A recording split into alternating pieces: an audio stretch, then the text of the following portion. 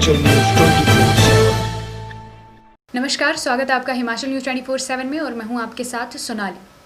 विकासखंड आनी की कुंगश पंचायत में विकास कार्यों में करोड़ों की धांधली की शिकायत पर ठोस कार्रवाई न होने से शिकायतकर्ता नाखुश हैं। सोमवार को आनी में एक प्रेस वार्ता को संबोधित करते हुए शिकायतकर्ता बहादुर सिंह, मीनाराम, डॉक्टर गोपाल ठाकुर, चिरंजी लाल और दुनी चंद ठाकुर ने आरोप लगाया है कि पंचायत प्रतिनिधि और उनके रिश्तेदार राजनीतिक पैठ का फायदा उठाकर जांच को प्रभावित कर रहे हैं। डॉक्टर गोपाल ठाकुर और बहादुर सिंह का कहना है कि कुंगश पंचायत में वर्ष 2016 से लेकर 2019-20 के दौरान विकास कार्यों में एमपी, एमएलए, बीएएसपी, मनरेगा, 14वें वित्तायोग सहित सभी मुद्दों से आए फंड में लाखों का गोलमाल किया गया है, जिसकी शिकायत मुख्यमंत्री सेवा संकल्प के 1100 नंबर पर और सतर्कता एवं भ्रष्टाचार निरोधक ब्यूरो के अतिरिक्त पुलिस महानिदेशक को की गई थी। उनका आरोप है कि शिकायत किए हुए 2 माह का समय होने को है, लेकिन शिकायत की जांच कछुआ चाल से चल रही है। उनका कहना है कि सतर्कता विभाग से भी जुलाई माह में डीसी कुल्लू को पत्र के माध्यम से शिकायत पर 45 दिन के अंदर कार्यवाही करने और सरकारी धन के दुरुपयोग के पाए जाने पर संबंधित थाना में एफआईआर दर्ज कराने को कहा गया था। लेकिन हैरानी है कि सतर्कता विभाग को भेजी शिकायत पर डीसी कुल्लू की ओर से क्या कार्रवाई हुई है, इसके बारे में कोई भी जानकारी नहीं दी जा रही है।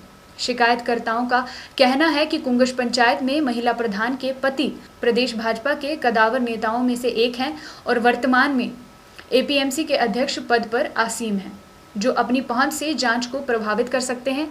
ऐसे में शिकायतकर्ताओं ने उनसे नैतिकता के आधार पर पदभार मुक्त होकर इस्तीफे की मांग भी कर डाली है। उनका कहना है कि जांच में जितनी देरी जानबूझकर की जा रही है, उतने समय में पंचायत प्रतिनिधि लीपापोती में जुट गए हैं। वहीं कुंगश पंचायत में धांधलियों की शिकायत करने वालों के पक्ष में रघुपुर क्षेत्र के युवा समाज सेवी रोहित साहसी भी उतर आए हैं और इस दौरान साथ रहे हैं। उन्होंने कहा कि जनता के साथ ये सरासर धोखा है। उन्होंने कहा कि विकास कार्यों में धांधली की जांच अवश्य होनी चाहिए। उन्होंने कहा कि इस लड़ाई में वे सैकड़ों युवाओं के साथ मिलकर शिकायतकर्ताओं के साथ खड़े हैं। शिकायतकर्ताओं ने कुंगश पंचायत प्रतिनिधि के पिछले 4 साल में हुए संपत्ति की बढ़ोतरी को लेकर भी जांच की मांग की है। वहीं बीडीओ आनी जीसी पाठक का कहना है मुख्यमंत्री सेवा संकल्प योजना के 1100 नंबर पर शिकायत को लेकर उन्होंने जांच कमेटी गठित कर जांच शुरू कर दी है, जबकि सतर्कता विभाग को लिखी गई चिट्ठी की उन्हें जानकारी नहीं है। उन्होंने कहा कि जांच निष्पक्ष ढंग से की जा रही है और जो भी रिपोर्ट होगी वो तैयार की जाएगी और दोषी पाए जाने पर कार्रवाई भी अमल में लाई जाएगी। 3 बार मेरे ऊपर जो काटलाना होगा कर चुके हैं ये लोग। कल जो है मीनाराम जी के परिवार के साथ हो रहा है, जो कंप्लेंट करूँ गुटवाने को जो भी हुआ आता है उसको गिराने की कोशिश कर रहे हैं। सबको धमकी भरे फोन आ रहे हैं।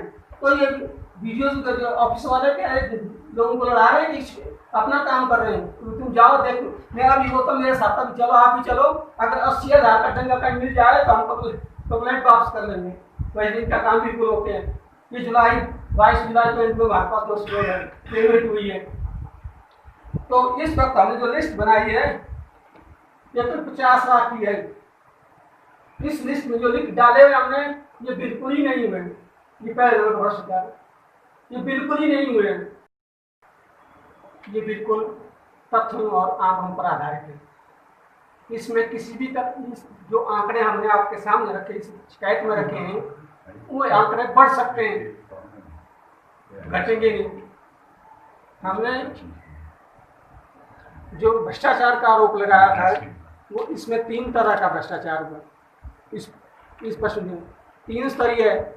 एक भ्रष्टाचार वो है बिल्कुल ही काम नहीं हुए, सिर्फ कागजों में हुए, 1 पैसे का काम नहीं हुआ। दूसरे लेवल का भ्रष्टाचार है कि काम पहले की पंचायत के हुए थे। जैसे मान लो पहली पंचायत ने टैंक बनाया, इसी पंचायत में एक नाम में फेरबदल करके, नाम की कलाबाजी करके एक और बिल बना दिया, उसी टैंक को शो कर दिया। ये दूसरे स्तर का भ्रष्टाचार था। तीसरे स्तर का भ्रष्टाचार वो बहुत व्यापक वाले में, उसमें काम तो हुए हैं। जैसे जब 1 लाख का काम है उसमें 15,000 रुपये लगाया, काम तो हुआ है, 15,000 लगे 17,000 नहीं है। इस तरह से ये हमारे आंकड़े थे। उसके बाद एक बड़ी विडंबना ये थी कि सरकार ने ये जो जितने भी भ्रष्टाचार के हमारे आरोप हैं वो उस वर्ग के नरेगा के, क्योंकि नरेगा के आंकड़े हमारे पास ऑथेंटिक थे। 14वें वित्त आयोग या एमएल एमपी फंड के आंकड़े हमारे पास खर्च करने के नहीं थे। जो स्वीकृतियां हैं वो हमारे पास प्रस्तुत है कि इतने का पैसा स्वीकृत हुआ, हमने अपनी शिकायत में भी लिखा हुआ है। इस तरह की योजनाएं हमारे क्षेत्र में आई, इतने करोड़ की हमारे क्षेत्र में आई। कौन काम हुआ कौन नहीं हुआ आपको मैं ध्यान बता दूं। जैसे इसमें पढ़ेंगे आप, उसमें लिखा है कि हमको इतनी जानकारी नहीं कि ये काम हुए कि नहीं है। जैसे कोटा राष्ट्र की आप बात कर रहे हैं, कोटा राष्ट्र के पास हमारे पास आंकड़े मैंने बिल्कुल स्पष्ट लिखा हुआ है। अब देखो 14 वित्त आयोग का आया मरम्मत पार्क कोटाधार 1 लाख, मरम्मत पार्क 100 1 लाख, निर्माण काली माता कोट कोटाधार में कैसी खासियत है, वहां पर जो 20 से 25 लाख रुपए खर्च हुआ, नाम में थोड़ा फेरबदल किया हुआ है। कभी कोटाधार लिखते, कभी कोटाधार लिखते, कभी मरेड़ा लिखते, कभी टाबर के पास लिखते, कभी कोटाधार देवली लिखते या कुछ और नाम देके, उसी नाम दे करके लोकेशन एक ही है। आप भी देखते होंगे या घर देखते कोटाधार टावर लगा, खेल का मैदान में रहा है टावर के पास, वो कोटाधार है 3 लाख का, और वो हो चुका है और वहां पर 1 पैसे का काम नहीं। इस तरह जो आपको ये भ्रमित कर रहा है सेक्रेटरी या कोई भी सरकारी कर्मचारी आपको भ्रमित करा कि नहीं ये काम नहीं हुआ, जैसे कि आपका वो अखबार में खबर भी हमने पढ़ी, उसमें लिखा हुआ है कि भाई जो लिखा था कि चेक वाल बिल में 8 लाख की लगी है, तो शायद आपने भी थोड़ी बारीकी से नहीं देखा होगा, वो तो करे फेरा फेरी करेंगे। हमने 8 ये हमारी एप्लीकेशन है, इसमें 8 लाख का जिक्र नहीं है, इसमें 10.8 लाख, 10.8 लाख मीन 80,000, तो 10.8। और ये अभी 22 जुलाई को ये काम खत्म हुआ है कागजों में, फिर में कुछ नहीं है। अगर इस जो 8 लाख ये बिल का चेक वाला अगर कोई आदमी मुझे दिखा दे ये चेक वाल लगी है, तो मैं सारी जो हम सब साथी हैं पूरी एप्लीकेशन हम अपनी शिकायत वापस लेने को तैयार है। इस वक्त अब कोई भी आदमी चल के कोई भी सरकारी कर्मचारी या डीसी कोई भी आपको दिखा दे कि यहाँ पर ये चेक वाल बनी है जो 22 जुलाई 2020 को कंप्लीट हुआ है। तो ये सब जो है कुछ दूसरा आपके माध्यम से आरोप लगाया गया कि भाई ये तो रंजिश के कारण हुआ है।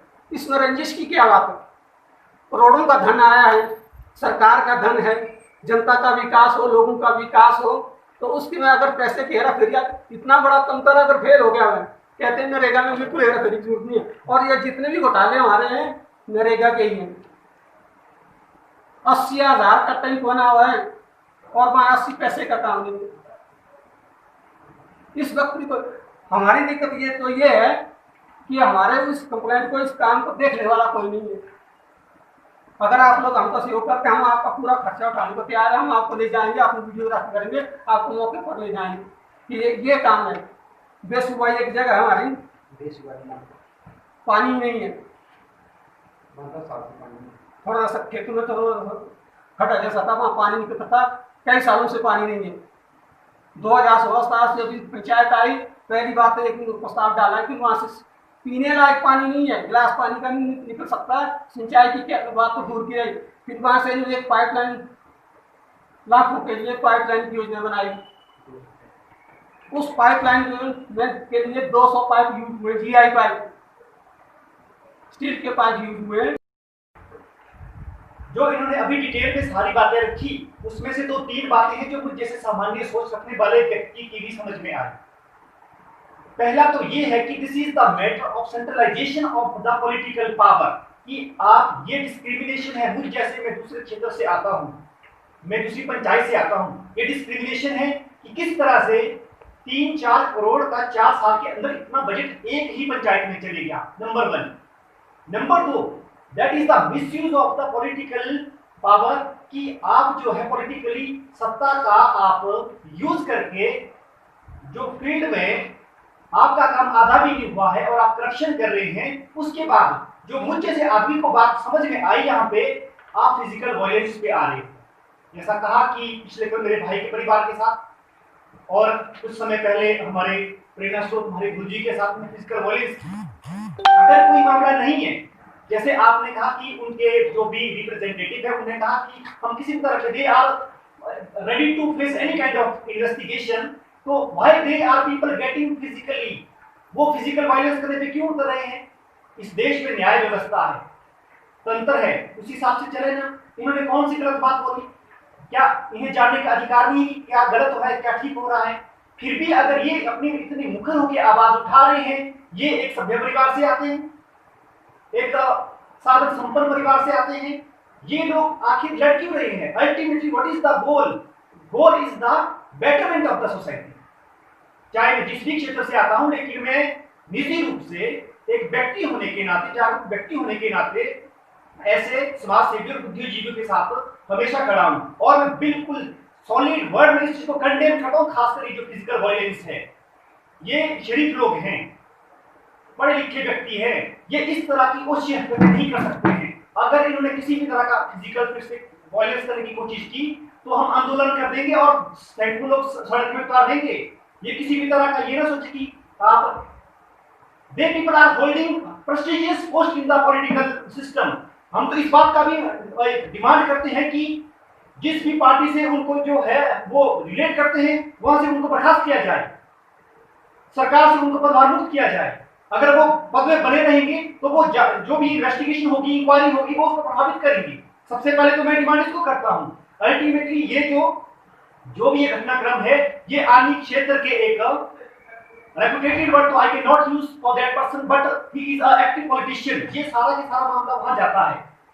तो हमारी तो सरकार से ये भी मामला बिल्कुल हमारी ये डिमांड है कि उनको सत्ता से भी और पार्टी से भी, अभी भाजपा के अंदर हुआ, अभी एक पीछे करप्शन हुआ, राजीव बिंदल ने इस्तीफा दिया, वो बड़े स्तर की बात थी। छोटे स्तर की बात भी यही है कि ये लोग जो है अपना सत्ता से हटें, ये अपना पदभार मुक्त हो जाए, फिर जो है एक फेयर इंक्वायरी होगी। अगर किसी भी तरह की इन्वेस्टिगेशन में ये प्रोग्रेस नहीं करते हैं, पॉलिटिकल इन्फ्लुएंस होता है, तो हम सड़कों पे उतर जाएंगे इनके नेतृत्व में, और हम इनके साथ थे। रियली मैं दिल से कहता हूं कि हम और मेरे जैसे काफी सारे युवा इनके पीछे खड़ जाएंगे। इसके अंदर में बहुत सारे टेक्निकल इश्यूज है, मैं जो समझ पा रहा था। ये होमवर्क बहुत मुश्किल होमवर्क होता है। ये अपना कितना समय, अपना कितना ऊर्जा लगा रहे हैं, मैं समझ रहा हूं इस बात को, फिर भी ये कर रहे हैं क्यों? समाज के लिए। और मैं चाहूंगा कि ये अपने इसी तरह की जो भी ये संघर्ष है सोसाइटी के लिए, इसको कंटिन्यू करें। हम कभी भी, गुरुदेव मैं आपको प्रॉमिस करता हूं, एनी टाइम कभी हमारे लाइफ कोई भी आदेश होगा, रात के 2 बजे भी खड़ जाएंगे। अगर ये किसी तरह का फिजिकल वायलेंस करने की कोशिश करे, तब तो मैं बिल्कुल कहता हूं कि आप हमें आदेश करें, क्योंकि ये सभ्य व्यक्ति हैं, पढ़े लिखे व्यक्ति हैं, ये ऐसे नीचे नहीं गिर सकते, किसी के साथ मारपीट नहीं कर सकते। इन्होंने समाज को बेहतर कैसे बनाना है, इन्होंने वो पढ़ाई की है, बच्चों को सिखाया है, हम क्या कर सकते हैं। अब हम अगर इन चीजों से ही एक्सपेक्ट करें तो वो ठीक नहीं है। हिमाचल न्यूज 24/7 के लिए कुल्लू से राकेश बिनी शर्मा की रिपोर्ट।